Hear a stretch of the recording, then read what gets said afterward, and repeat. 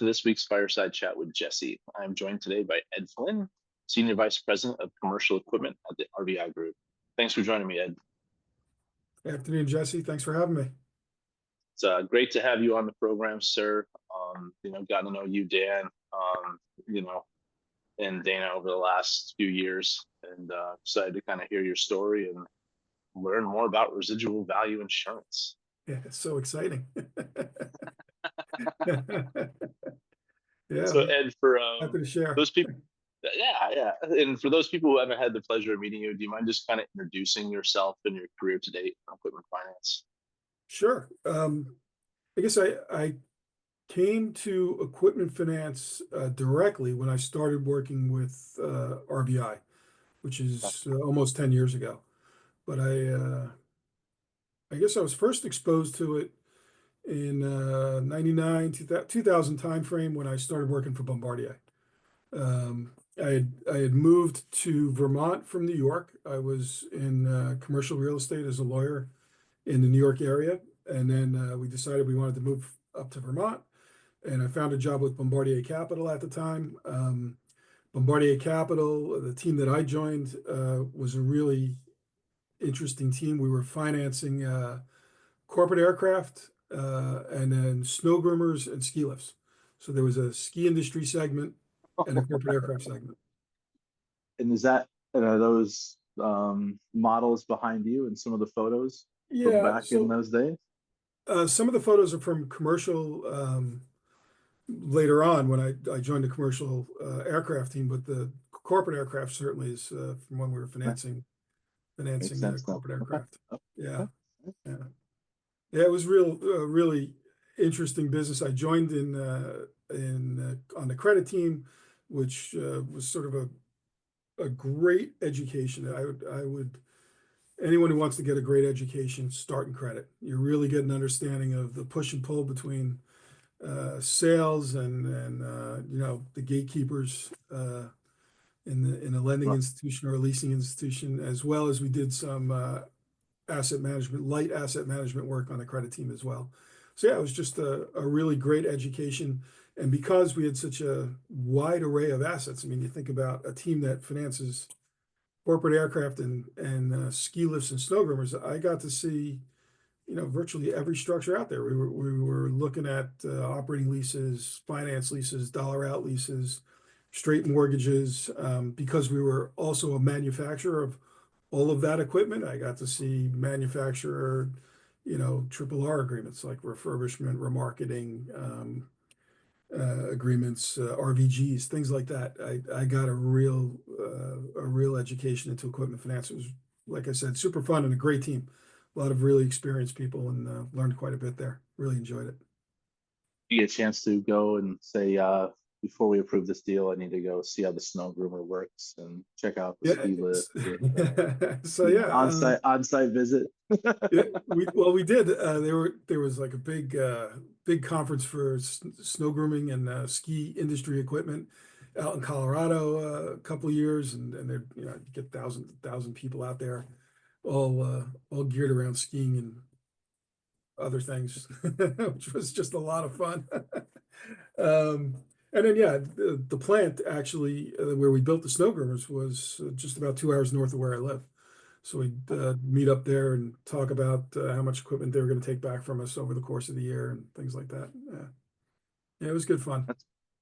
That's great. So you said you started. Are you an attorney? When I was in New York, I had practiced law for just a couple of years. Yeah, but even that was sort of related to what I ended up doing at Bombardier. I think that's why they liked my resume. I worked for a law firm that was captured by a couple of regional banks, and all we did was close multifamily buildings for them. They're financing on multifamily buildings, so closing mortgages for them basically, and then transferring those mortgages related to the tax benefits for doing that. And once again, it's like another lesson in relationship management and working in a small community. There's all those multifamily buildings. After 2, 3, 4 years of doing that, you saw the same 60 people over and over again, whether it was the lawyer, the owner, the banker. It was just one big community, and it was great. But you definitely think about that as you go forward in your career and other places that you end up, equipment finance being one of them. Just a small, tight-knit community where relationships are super important. Yeah. So after Bombardier, is that where you went to the RVI Group? No, so we wound down. We ended up winding down we didn't really wind it down. We sold the corporate aircraft portfolio to GE in the early 2000s. Yeah, they were buying everything at that point. But I had a real interest in going over to the sales team, and I don't. There was a salesman who had run CIT's corporate aircraft finance team for many years, and he was our head salesman or lead salesperson at that time. And I'd worked a lot with him. He had sort of taken me under his wing, and I was going on a lot of customer visits with him, which was great because I lived in Vermont and he lived in Florida, and they were all occurring during the winter, and it just worked out really well. But you learned quite a bit from someone like that who had that level of experience. His name was Dick Ramsden, and he was very well known in equipment finance, and especially at CIT, and then later on at Bombardier. But yeah, I saw how to develop new relationships, or I learned from him how to develop new relationships, and really how to maintain relationships, and things to ask your client, and how important it is to get a feel for how they do their business, and what their pain points and pressure points are, and then that puts you in a better position to help them going forward. So worked a lot with him and really wanted to go into sales. I thought that I'd really have a lot of fun doing that role. And as that started to matriculate, I was asked to go work in asset management, portfolio management for a little while. And I took that job, and not long after that, I got word that, hey, you're on a team to sell the portfolio, and we're going to shut the business down. Excuse me.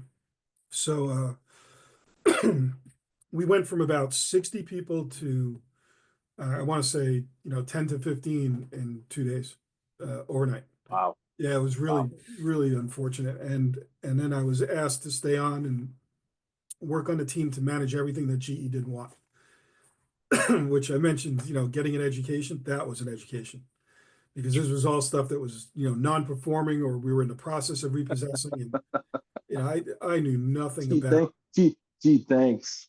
Yeah, well, yeah. I mean, they were sharp, right? Like they knew what they wanted and what they didn't want. And Yeah. I knew nothing about repossessing an aircraft and how complicated that could be, let What are you talking alone about? Isn't there a show that does that, like there airplane was a airplane show. Yeah. repo? Yeah. Fairly far removed from reality, if we're honest about it. Ours was more about, well, if I have to come get it, it's going to cost you X. If you just give it to me, we can work something out. And it was like, oh, well, here's the address of the hangar. Come get it. It was more like that. The fun part though was fixing them up and selling them, or deciding whether or not to fix them up and sell them, and then that sales process, whether it be sort of a mini auction for wholesalers, or working with our remarketing team at Bombardier corporate aircraft, or selling them directly, was a lot of fun. Met a lot of really interesting people. I'd say at some point, probably, if it's not worth reselling it, it's like, okay, we got a right engine, we got a left engine, we Yeah, got some seats. yeah, a We're couple taking this parts whole thing apart. that might be worth something. Yeah, that those decisions were made. Sure. Yeah. I want one engine, please. Like, Yeah. why? Yeah. Yeah. Not great. I was going to say, because if you went from credit to sales, then you get to spar with the credit people, because I'm sure when you're in credit, you have to spar with the salespeople. Yeah. Friendly spar, I guess I should say. Yeah. There's always that push and pull. They don't understand why you're asking any questions, let alone that question. And you have someone to answer to too, right? Like there's a head of credit, there's a credit committee, and we've got all these issues which we need to address. And it's no different than what we're doing in RVI and underwriting an asset. It's the same type of thing, except I'm on the other side of the fence. But yeah, there's that push and pull, and understanding that you're there. Sales is there to help grow the organization, and you're there to help protect the organization and its future. And you just got to find the right balance to keep doing business and growing while making sure that you're taking care of what you already have on the books. Perfect. Yeah. Perfect segue into let's mind introducing the RVI Group, Ed, and your Yeah, line of business. sure. So for those of you that don't know, RVI is, as the name might suggest, residual value insurance. So if someone asked me well, I don't know, the dinner party question of what is residual, what do you do, and then when I say residual value insurance, what is residual value insurance? Best way to think of it is sort of an out of the money put on an asset, right? An out of the money option on an asset. And generally speaking, we guarantee the value of an asset for a certain day in the future. And then, the next logical question is, well, who do you do that for? And we do that most of our businesses across North America for banks and lessors, and they are seeking our insurance for the most part as an accounting tool. And we can talk about that a little bit later, but I suppose for now, maybe just sticking with RVI, where does a product like that come from? Like, how does something like that exist? So as some of the audience may know, there's accounting rules, FASB, the Financial Accounting Standards Board. They had FASB 13 for a while, which then was later codified under ASC 840 and 842. And now that I put everybody to sleep, those rules lay out sort of the 90% fair market value test. And under that test, you can use RVI as yet another rental. So you're present valuing all your rentals, and RVI counts as an additional rental in order for you to pass that test. What does passing that test do for you? It allows you to take your operating lease, where you own the asset and are accruing depreciation, and not recording any revenues on it, or very little revenues on it, for a good chunk of that lease. It allows you to take that lease and treat it as a loan. And what is a loan? A loan is principal and interest on your accounting books. And what is interest? Interest is income from day one. And that's really the gist of the accounting tool. It's changing the geography of income on your balance sheet and income statement, and when you get to report it. And it has a lot of value to our clients. Yeah, we built the business on it, starting way back in '89. And in fact, the concept started even before that, because the Wow. business was created by a guy from GE and a guy whose employer got out of the RVI business. So they were already doing it before '89. And those two got together and they started the RVI Group. And by the end of, I guess, 91, they had a handful of banks that were doing equipment leasing that they were supporting, all under this FASB 13 rule. And they were building a business out of it.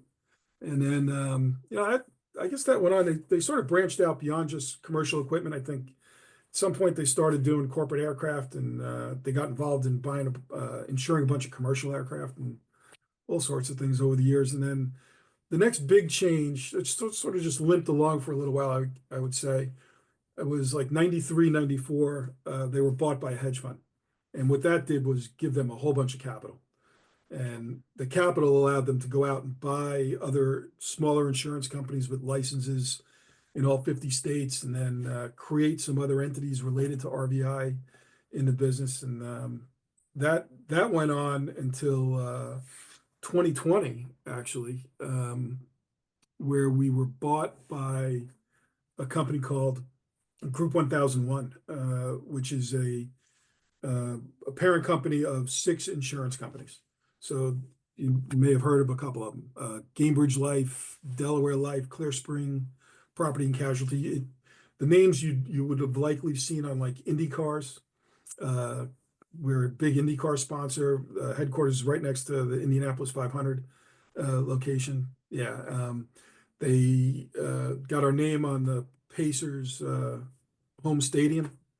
I think they call it Cambridge Field, the Pacers Field House. And then Caitlin Clark is one of our spokespeople. So yeah, they do a lot of marketing because of the retail nature of some of those insurance companies.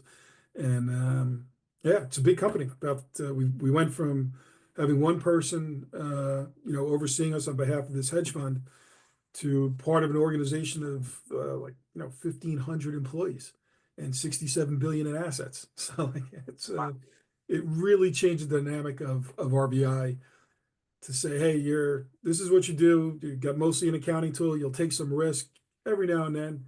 And the mindset now is, let's try to price all risks that we can uncover and put a number on the table and see what we can do.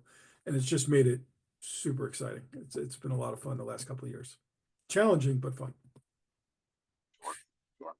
Yeah. And then from assets, Ed, are these typically large ticket transactions that require this type of insurance? So if you break the business into two pieces, the accounting tool is anything that gets leased in the United States. So planes, trains, trucks, ships, forklifts, wine barrels, farmers' bins, floating fish farms, you name it. Okay. Solar All right. panels, natural gas generators, anything that gets leased in North America. I said the United States, but it's actually North America. So that's that piece of it. And then the other piece of it is sort of the risk piece, risk mitigation, where you've got a loan with a balloon and you're thinking about maybe RVI to support the balloon, or in most cases where we fit best is there's some sort of regulatory requirement or third-party purchase requirement where we can trade our credit rating for somebody else's credit rating with a little bit of a fee, and then we step in there. Those are the types of problems we've gotten very good at solving. So yeah, but it runs the gamut. I mean, commercial aircraft to corporate aircraft, helicopters, you name it. No drones yet. We've got a team that does nothing but passenger vehicles. So our team, myself and Dan's CEO, but myself and Don and Allie, you've met Don and Allie and Aisha, I'm sure at the ELFA, for example, at the booth. We handle all commercial equipment, so anything that's not a passenger vehicle. And then there's a team that does nothing but passenger vehicles worldwide, not just in North America. Oh, wow. Yeah, and then we would insure worldwide too, but there's less of an appetite under IFRS at the moment, although that seems to be changing for the lease conversion. So yeah. And then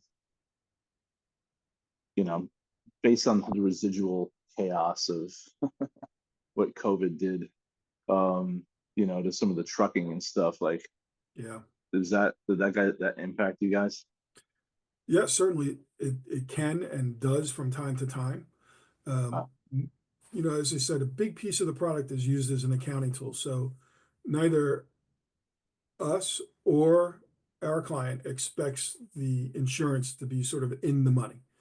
They paid a fairly insignificant or small premium for this accounting benefit, and they don't ever expect to make a claim. Having said that, depending what goes on in specific industries, corporate aircraft, for example, has really steep appreciation in values and in consequently steep declines in value.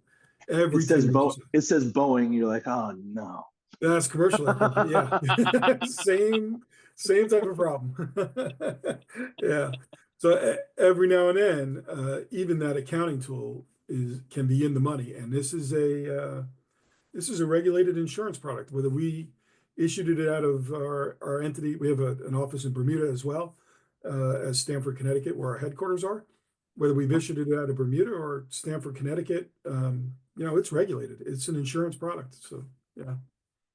We've certainly paid our fair share of claims. Some of the chaos of that market and everything else, and now with like electric vehicles, like I know, like I leased mine because who knows what those residuals are going to be in like 2 to 3 years. Yeah. So it's like,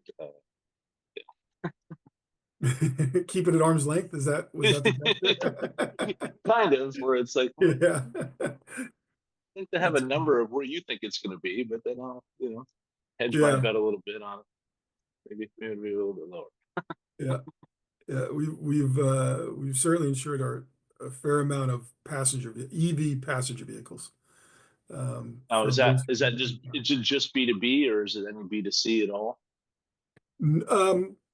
I guess it takes a form of B2C in China. Actually, we do a fair amount of business in China for Okay. there are various programs where dealers can offer buyback guarantees and trade-in value protection and all sorts of things. Those types of guarantees, we not often, but many times there's an insurance company that will sit behind that guarantee so that the balance sheet of the dealer is not completely exposed or the manufacturer is not exposed. Yeah. Thank you for that. And then I know I've known you, Dan and Donna, for several years. Yeah. So is the tenure at the organization Oh, fairly yeah. high? Yeah. So we've got 55 employees at RVI. Yeah. I wouldn't put a number on it. Maybe 7 or 8 have been there more than 25 years. And then a good chunk of us have been there 10 years or more, close to 10 years or 10 years or more.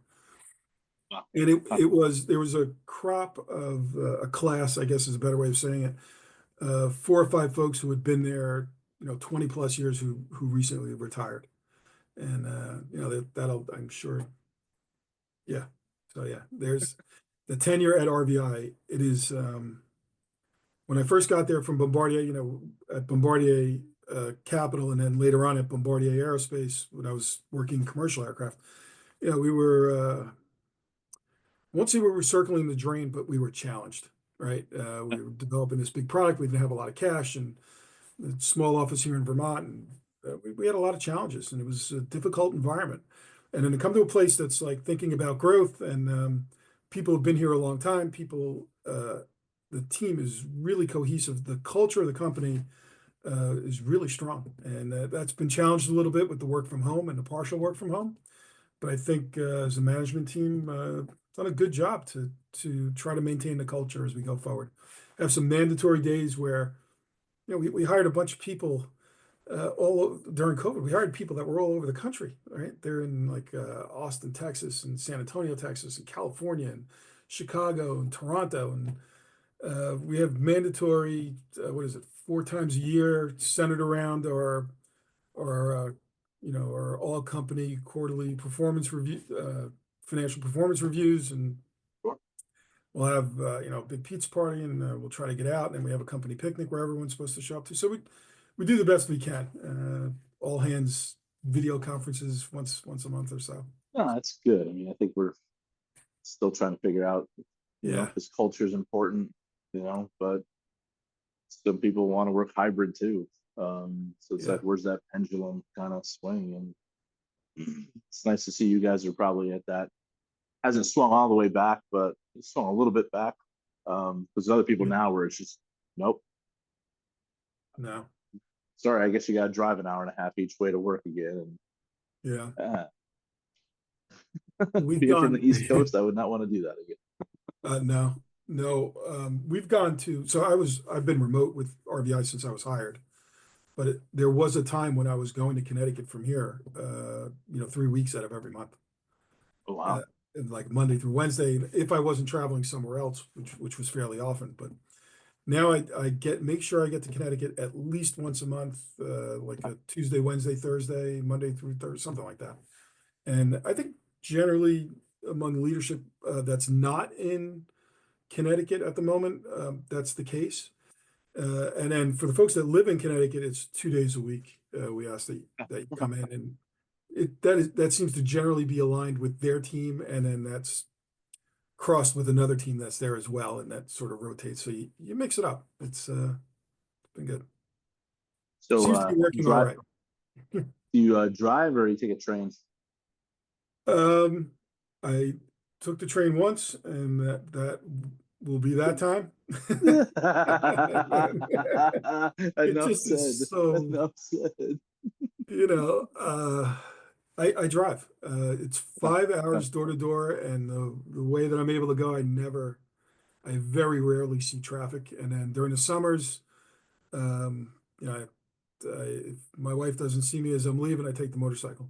So it's worked out well. Get the carpooling all the way there. Yeah, I'm carpooling. That's it. See, I'm on the other side of that, where it's like the amount of times I've driven from like New Jersey to Boston, Yeah. New Jersey up to, it's like, nah, I'll fly to Newark and take the Yeah. Amtrak up and get off Yeah, at that, Stanford Station. I'm good to go. that corridor, DC to Boston, the train works really well, like really well. But Yeah. you know, to come through Vermont, if I were to take it all the way home, you know, to Burlington, which is what, 20 minutes north of me here, 15 minutes north of me, that is an 8 to 10 hour expedition. Oh, no. Yeah, and I could drive in 5, where you could drive to Albany, and you know, Albany's 3 hours down to Grand Central, and you got to hop on Metro North another hour back up. Yeah, you just gotta. Yeah, No, no. Okay. I didn't know the logistics of that, but got it. not fun. So I'm going to change topics a little bit and just kind of talk about the equipment finance industry. You know, Yeah, like I said, I see it, you know, maybe a handful of conferences every year. I believe you guys are probably the first residual value product in the marketplace. So, you know, what does the industry kind of mean to you, and the industry relationships that you have? well, industry relationships, I guess. The business is built on relationships, right? In order for us to do what we do, you really have to understand what's going on.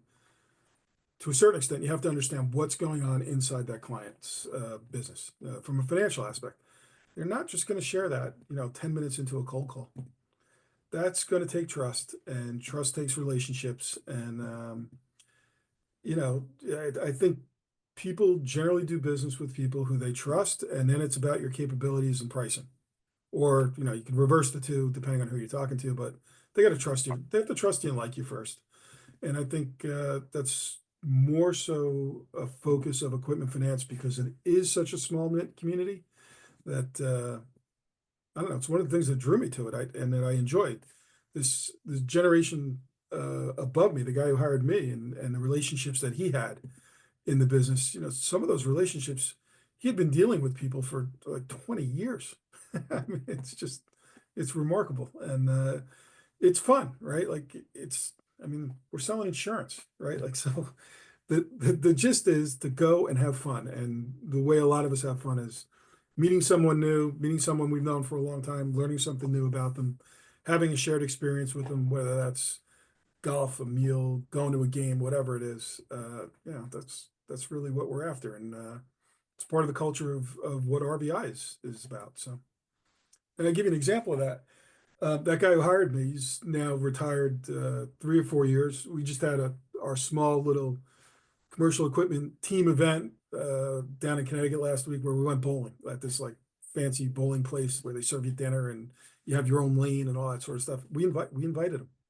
You know, you come back to that thing and join us, and that's part of maintaining relationships. We would hold events for folks, Jesse, where you know our clients are spread all over the United States, so we get 2 or 3 clients at a 20-person event, and the other 18 would just be people we know in the industry, not clients, not prospects. It didn't matter. It's just part of it. So yeah, You never know where they're going to show up next, or just never yeah, know. that's Referrals. I mean, they'll refer you into something. I mean, that's absolutely part of it. Sure. Yeah. But yeah. I mean, I understand. I mean, what's interesting now is this is my 20th year, and I'm finally having the opportunity to talk to somebody that I tried to work on 20 years ago. Persistence. persistence matters. Yeah. Yeah. And your timing matters, and you got to take those opportunities when they come. Sure. But no, I agree with you. I mean, the face to face will always get you there. I mean, you have to have a competitive product. Can't say people aren't always going to do business with just people that, you know, they Yeah. know, but Yeah. it helps. It helps fill that value bucket when you're, you know, up against somebody else on a deal, establish that relationship for all those years. So 100% on that one, sir. I think the other part of it too is, you know, the trade associations, like the ELFA, for example, right? You know, for us, that approach, we've been a member of the ELFA, I think, more than 35 years or something like that, 30 years. Oh, wow. Okay. Yeah, we're a long-standing member. So why is that important for us? Well, twofold, right? Sure, it's about marketing and maintaining your visible and all those sorts of things, right? But the other piece of it is it's about giving back to the community, right? Supporting the organizations who support us and our clients, who represent us and our clients. That's an important piece of it, and we think that's worthwhile. That's part of the reason why I'm doing this campus to careers. Donna Yanuzzi has been talking to me about campus to careers for 3 or 4 years, and I guess about a year or so ago, I said, "Yeah, I'm interested," and then I finally got going and got it organized at two schools. Uh, one here in Have you, University of Vermont. have you, have you done it yet? No, the first one's at the end of March at the University of Okay. Vermont, and then Okay. I'm meeting with Marist College later this week to set up a date. So, Okay. Awesome. but, I mean, Awesome. that has nothing to do with marketing or visibility or anything. No, it's not, but It's make gonna sure be you bring fun. some business cards with you because you never know. You could get some interns from it. I've done it a Right. handful of times. The last time I did it, Ralph and Kelly were actually in the room at ASU. wow. And I just told the students, I'm like, imagine giving a presentation where the person who created it is in the room critiquing you, and you're not going to talk about anything that they want you to talk about because that's not who you are. That's great. Kelly and Ralph just looked at me and they just both started laughing because I'm Right, like, right. not reading this stuff. This is what this industry has afforded me throughout my career. And that's Right. all I just kind of resonate. It's like, look, the sales, credit, you can find your niche in this Yeah. space. You do a good job and you work hard, you're going to live a very healthy, happy lifestyle. Yeah. There's a lot of opportunity in this industry. Yeah. Well, good for you. I'll have to make sure that when we run into Donna at executive roundtable, Yeah. make sure that you better be on his game. Yeah. I'm a little nervous about the first one because my son told me he was going to swing by the lunch and learn.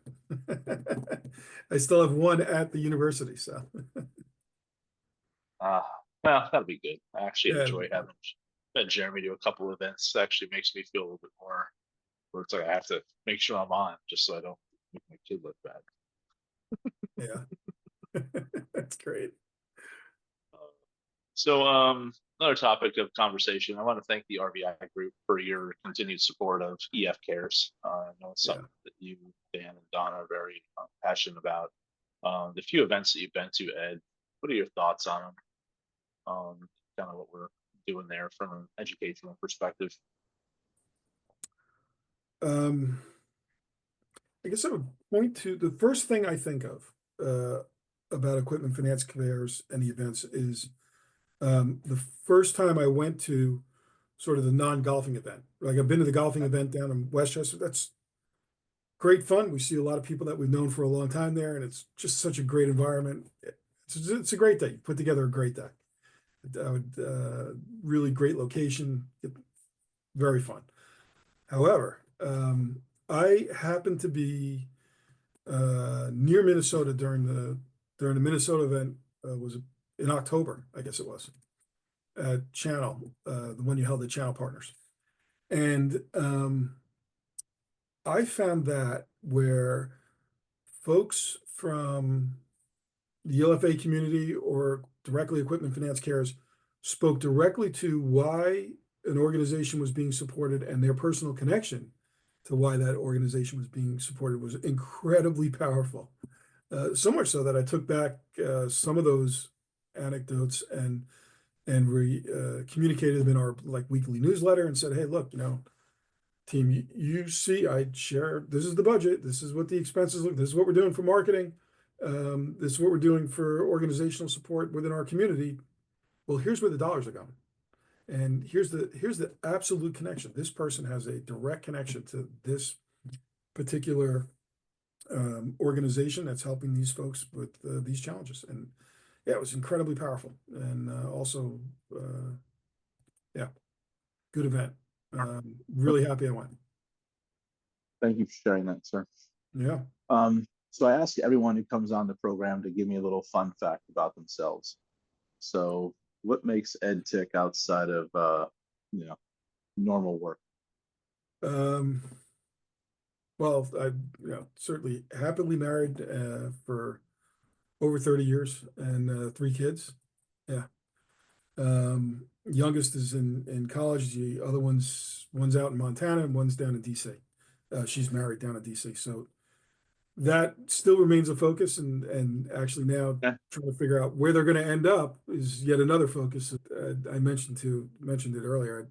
I do like to ride motorcycles with a group of guys or by myself, um, over long distances on dirt roads or back roads. Yeah, I do that quite a bit. What do you Whenever ride? I'm sorry. What's your main bike that you? Oh, I have a BMW GSA that I ride. Yeah. I'm on my 3rd used version of one of those. Your youngest, junior, senior? Oh, he's a senior at University of Vermont. So one more year and he's off the payroll, and Yeah, this You May You guys can start traveling, and not worry about that stuff. there you go. All of your kids are going to hate me by the end of this, so it's fine. That's great. Why should someone want to do business, or why should an organization want to do business with Ed Flynn, the RVI Group? Yeah, I would say we've done nothing but RVI, residual value insurance, for more than 35 years. We're the subject matter expert in the field. We've got people who have been in the leasing business. We've got an accountant, more than one, who have had exposure to these rules and using this product as that tool for a long time. Generally, we possess a decent leasing and finance experience here. And yeah, we can be flexible and supportive of the client's needs once we understand them. And we try to be fun. I've been to a few of your events. I've been to a few of your events. Definitely, you guys like to have a good time, which is great. We try. Awesome, sir. I really appreciate your time today. Thank you, for your time. Thanks again for your continued support of EF Cares, and look forward to, I guess, when this one airs in 2 weeks. Look forward to seeing you next week in Orlando for the Executive Roundtable. Yeah, it's just a couple of weeks away. Yeah. Jesse, thanks for the opportunity. I really enjoyed it. Thanks again. All right, sir. Sounds good. Have a good day. Bye for now.